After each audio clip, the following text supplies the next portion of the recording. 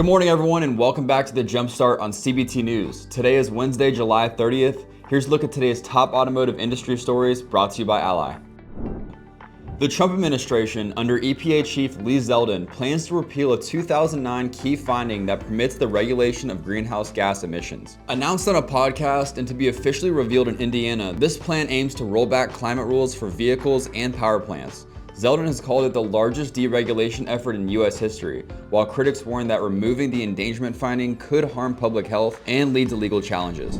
LG Energy Solution has signed a $4.3 billion deal to supply Tesla with lithium iron phosphate batteries for energy storage systems. The batteries will be made at LG's Michigan factory as Tesla looks to reduce its reliance on Chinese imports amid rising U.S. tariffs. Luxury automakers reported a combined $889 million hit from U.S. tariffs as President Trump's trade policies ripple through Europe's luxury auto sector. Porsche alone took a $462 million hit in the first half of the year, while Mercedes cited a $400 million impact in Q2. Aston Martin also issued a profit warning, citing both tariffs and weak demand in China. Although the White House recently lowered the auto import tariff from 27.5% to 15%, automakers believe the damage is done and long-term uncertainty persists.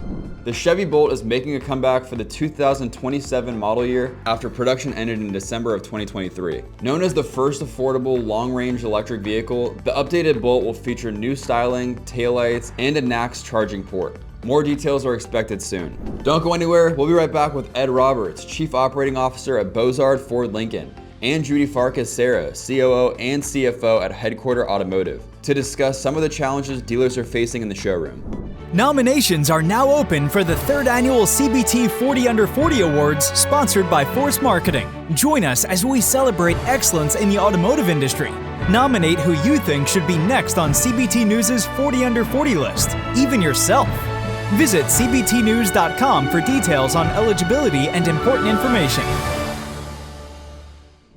We've been blessed. There's been a lot of noise so far this year with tariffs and various different things. So when there's noise, that always gives us a chance to better engage with our people. And when we engage with them, then it allows them to be more confident going out. So we've been blessed with some of the things that Ford's done to go to market, that we're actually up, and we've even outran some of our COVID months in the last 3 months. Really? So it's been wow. Really strong. That's fantastic. Absolutely. Yeah. I see you shaking your head. Did you realize the same increase in business, or? A couple of months from my Mazda store, yes. Okay, that's fantastic. Yep. Do you feel as though the tariff situation has maybe died down a little bit in the eyes of today's consumer? Are they as crazy about it as they were maybe 4 or 5 months ago? The noise has dropped a little bit, but there's still the concerns of it. Okay. So even though it may not be the first thing that comes up, it still comes up in most of the conversations. Yeah.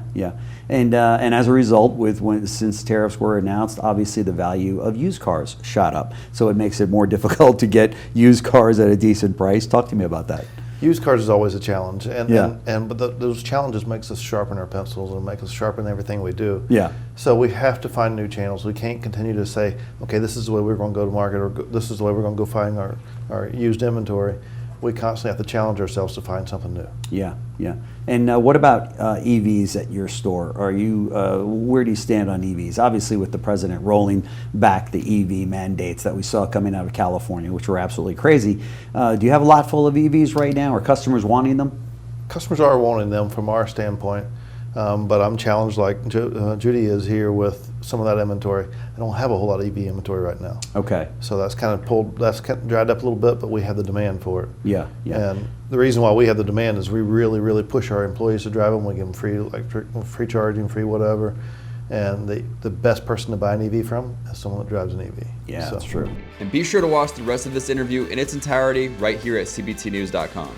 Well, that wraps up our show for today, but join us again here tomorrow morning on cbtnews.com. And don't forget, you can now stream full episodes of Inside Automotive, Driving Solutions, and the Executive Profile wherever you get your podcasts. And if you haven't already, be sure to follow us on your favorite social media platforms, and we'll bring the latest industry news right to your feed.